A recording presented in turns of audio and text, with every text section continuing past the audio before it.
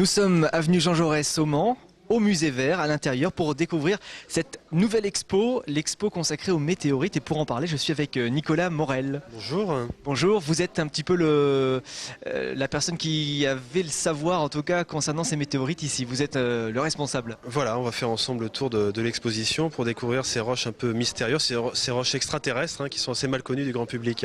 On vous a vu animer une conférence à l'instant, vous vous expliquez bien, il y a beaucoup de questions, les gens, ça les intéresse. C'est aussi les journées du patrimoine, enfin la fête de la science plus précisément, et donc c'est une occasion pour le public justement de se confronter à la science telle qu'elle se fait voilà, à l'heure actuelle. Donc votre métier à vous, c'est quoi exactement? Alors moi je suis conservateur du musée, et donc je suis également commissaire de l'exposition, donc j'ai monté l'exposition, rassemblé les spécimens auprès de collections publiques, de collections privées, de nos propres collections également, pour avoir un ensemble cohérent qui soit vraiment intéressant pour le grand public. Il y a justement une visite qui se fait dans un certain ordre, je suppose? Tout à fait, on va prendre l'exposition dans le bon sens pour découvrir justement l'historique de ces roches et puis quelques anecdotes pour parler d'un sujet qui est vraiment passionnant. Eh ben c'est parti, je vais vous suivre, parce que je peux vous le dire tout de suite, j'y connais absolument rien. Je vais découvrir avec vous. J'ai plein de questions aussi. D'accord. Donc on commence l'exposition par une première salle qui est consacrée à ce qu'on appelle les impactites. Les impactites sont des roches terrestres, pas extraterrestres, mais qui ont été broyées par l'impact d'une météorite. On a par exemple donc un ver libique qui est devant nous, qui a été découvert par le grand scientifique Théodore Monod, le grand spécialiste des déserts, qui est le plus grand connu au monde. C'est un ver naturel qui est superbe, qui pèse presque une dizaine de kilos, et qui provient donc de l'explosion d'une météorite dans l'atmosphère, qui a littéralement vitrifié toute une portion de désert, transformé en verre du fait de la chaleur des roches sableuses à l'origine. C'est très joli. Ça vaut de l'argent, je suppose. Oui, il y a aussi une certaine valeur, effectivement.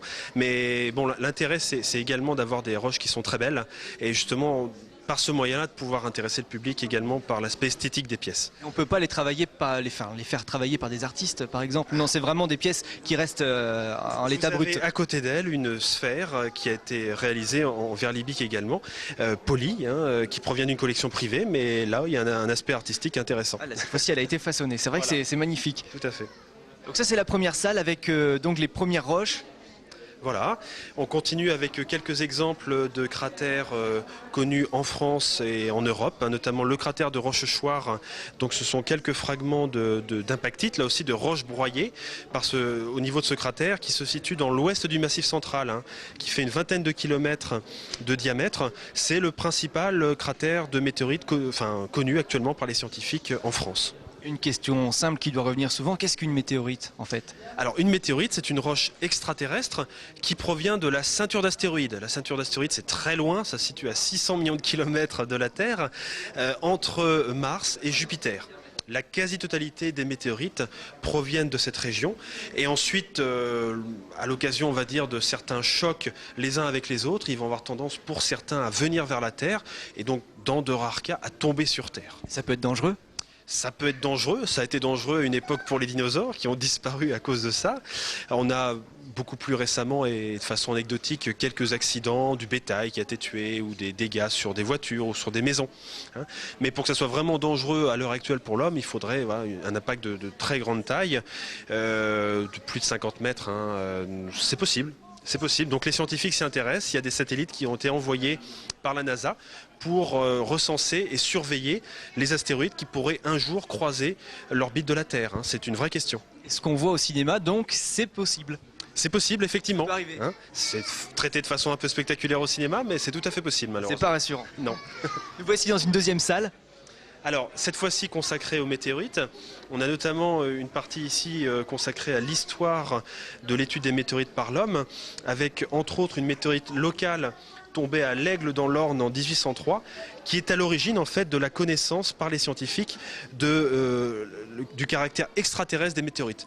Avec la chute de l'Aigle en 1803, c'est la première fois qu'on a vraiment la preuve que ces roches proviennent bien de l'espace et qu'elles ne sont pas liées par exemple aux orages, à la foudre, ce qu'on pensait avant en fait. On pensait que ces météorites étaient liées au climat ou à des phénomènes météorologiques particuliers.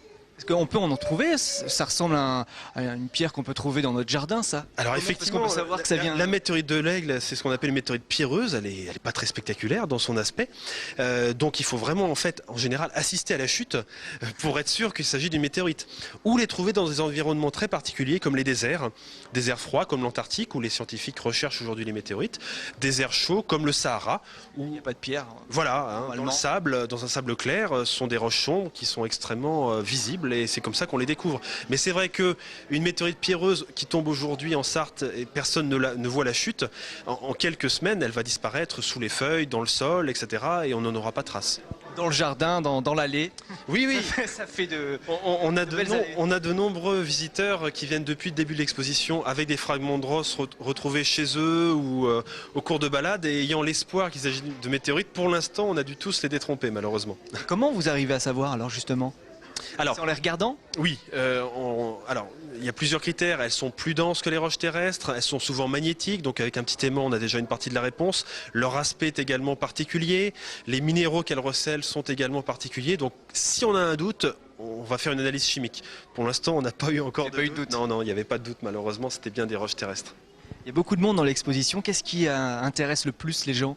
C'est plutôt essayer de découvrir d'où viennent ces astéroïdes. Je crois que c'est toutes les questions qui sont autour des météorites. Avec les météorites, on peut parler de la formation de la Terre, on peut parler de l'apparition de la vie sur Terre, de l'évolution de la vie sur Terre, notamment de l'extinction des dinosaures, voilà, qui fascine toujours autant les jeunes enfants notamment. On a quelques pièces locales, notamment une météorite de 150 kg qui a été retrouvée dans le nord de la Sarthe. C'est la pièce majeure de l'exposition. Également, voilà, donc il y a plusieurs critères intéressants pour le public. On a également en clou, je dirais, en conclusion de l'exposition, une roche martienne, une météorite martienne qui est rarissime. Il n'y a qu'une cinquantaine connues actuellement et retrouvées sur Terre. Et aucune roche martienne n'a jamais été ramenée par la NASA sur Terre. Hein. C'est vraiment voilà, les seules possibilités de pouvoir voir une roche martienne en France actuellement, c'est dans l'exposition. Et j'ai parlé d'astéroïdes tout à l'heure, la différence entre astéroïdes et météorites. On se mélange un petit peu dans ce vocabulaire qui n'est pas forcément très simple. Oui, mais en fait c'est la même chose. Hein. Un astéroïde qui pénètre dans l'atmosphère et qui tombe sur Terre, c'est ce qu'on appelle une météorite. Ah oui d'accord, c'est la même chose. C'est la même chose, hein, sauf que l'astéroïde, lui, il circule dans l'espace, parfois sans jamais retomber sur une planète. Lorsqu'il retombe sur Terre, on l'appelle une météorite. D'accord, alors là il y a encore beaucoup de météorites à découvrir. Il y en a même une qui se voit au microscope. Vous avez installé le microscope carrément? C'est un tout petit fragment, mais elle est intéressante puisqu'elle vient de la Lune. Donc dans ce cas-là, on a eu en fait une météorite qui est tombée sur la Lune. Une météorite assez grosse pour que des roches lunaires soient expulsées de l'orbite lunaire et retombent sur Terre. Donc là aussi, c'est tout à fait rarissime. Il n'y a qu'une cinquantaine de météorites connues sur Terre comme provenant de la Lune. On va demander au monsieur. Monsieur, vous voyez quelque chose? Carré grossi avec des petits trucs qui brillent. Et alors, c'est impressionnant. Ça étonne, mais enfin c'est petit, donc par rapport au reste, c'est un peu moins impressionnant que les véritables astéroïdes. Et toi, ça t'intéresse? Oui. Tu as regardé dans le microscope? Oui. Et qu'est-ce que tu as vu? Bah, c'est tout petit, on voit des petits traits blancs. Et tu sais que ça vient de la Lune? Oui. Et alors, t'en penses quoi? Bah, c'est un peu bizarre parce que la Lune, moi je vois, il est tout plein de poussière, mais pas beaucoup de petits trucs comme ça. Ça te dit un jour d'aller sur la Lune, toi? Peut-être pas. Peut-être pas, plutôt non. Ouais. Merci à toi. C'est vrai que ça intéresse vraiment tout le monde, les petits, les grands, ils viennent en famille. Et il y a plein de questions à se poser. Tout à fait, hein, on a un public très familial. Donc là, c'est une loupe. Après le microscope, une loupe. Vous essayez d'aller voir un petit peu plus loin. D'une météorite qui provient de l'astéroïde Vesta, donc on sait précisément de quel endroit exactement de la ceinture d'astéroïdes il provient. Comment on arrive à savoir ça? Alors là, Ça vient. pour la Lune, c'est simple, puisque les expéditions Apollo ont ramené à peu près 180 kg de roches lunaires sur Terre, donc on peut comparer. Là, Vesta ou Mars, c'est plus compliqué. En fait, c'est des observations indirectes par des observatoires terrestres qui donc observent ces astres et par l'observation on peut connaître leur composition de surface et la comparer avec ces météorites. Mais voilà, c'est pas des preuves absolues. Ah bah celle-ci elle nous intéresse évidemment, elle est impressionnante. D'où elle vient? Alors, elle a été retrouvée près d'Alençon, dans le nord du département de la Sarthe. C'est un peu la vedette de l'exposition, puisque c'est la plus grosse météorite présentée. Elle pèse 150 kg, c'est la plus lourde. Elle est très dense, hein. On n'a pas l'impression qu'elle pèse autant, hein, mais il est impossible de la bouger. Et donc, elle a été découverte dans les années 90. Et elle fait partie d'une collection privée, le collectionneur nous l'a prêtée. C'est la première fois qu'elle est présentée pour une exposition de longue durée au public. Et en plus sur ces terres, elle revient sur les terres qui ont vu sa chute voilà, à une période inconnue, puisqu'elle est encore très mystérieuse, cette météorite. Celle-là, si on se la prend sur la tête, c'est pas... on s'en sort pas indemne. Non, effectivement, il faudrait pas. Elle a dû déjà creuser un cratère assez respectable, peut-être de quelques mètres, mais effectivement, ça commence à être une très très belle pièce. Elle fait partie des plus grosses météorites retrouvées en Europe au cours des 30 dernières années. C'est impressionnant, il y a des cratères dessus.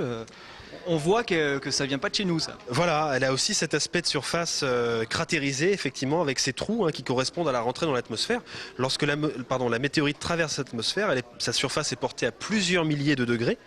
Et donc, il y a des fragments de métal qui fondent, et c'est ce qui produit ces trous à l'arrivée, et cette forme tout à fait étrange. On va passer de l'autre côté, il y a encore une dernière salle à visiter, qui est consacrée cette fois-ci à... Alors, les météorites et la vie, l'apparition de la vie sur Terre et l'évolution de la vie. Notamment, on parle bien évidemment de l'extinction des dinosaures il y a 65 millions d'années. C'est vrai que là on voit des images de dinosaures, on est allé les voir tout à l'heure au parc Dinosauria au Mans. Donc après les dinosaures, on vient vous voir vous. Ça permettra de comprendre un petit peu plus. Ce sont des dents de dinosaures juste ici? Alors c'est un reptile marin de la famille des plésiosaures, donc apparenté aux dinosaures, qui a disparu surtout en même temps que les dinosaures. En fait, il y a toute une série de fossiles qui datent de l'extinction des dinosaures, notamment un œuf de dinosaure ici qui provient de la région d'Aix-en-Provence, également des ammonites. Toutes ces formes de vie ont été détruites il y a 65 millions d'années. Alors, soit par le volcanisme, soit par un impact de météorites. On explique dans l'exposition que de plus en plus, les scientifiques considèrent que c'est l'impact d'une météorite, donc qui est tombée sur le Mexique il y a 65 millions d'années, qui a formé un cratère de 200 km de diamètre, qui est à l'origine justement de l'extinction de ces animaux fabuleux. Même si c'est tombé au Mexique, ça a pu détruire les dinosaures qui vivaient par ici. Oui, il s'agissait d'une météorite d'environ 10 km de diamètre, donc absolument gigantesque, et les conséquences ont été planétaires dans la destruction. C'est pas prévu que ça revienne. Alors, il y a un risque tous les 100 millions d'années, d'après les scientifiques. Donc voilà, à l'échelle de notre vie ou de notre civilisation, c'est très très faible. Hein. Eh bien, on en sait un petit peu plus grâce à vous. Merci beaucoup Nicolas Morel. Merci bien pour cette visite. Et puis je crois que vous avez encore d'autres conférences on va continuer la journée. cet après-midi. Oui. Vous êtes ici jusqu'à quand pour l'exposition? Alors l'exposition dure jusqu'à la fin du mois de juillet 2010. Donc il y a encore beaucoup de temps pour pouvoir venir la visiter. Eh ben, j'espère que le message est passé. Nous allons au Laser Game cette fois-ci. Merci Nicolas. Au revoir. Au revoir.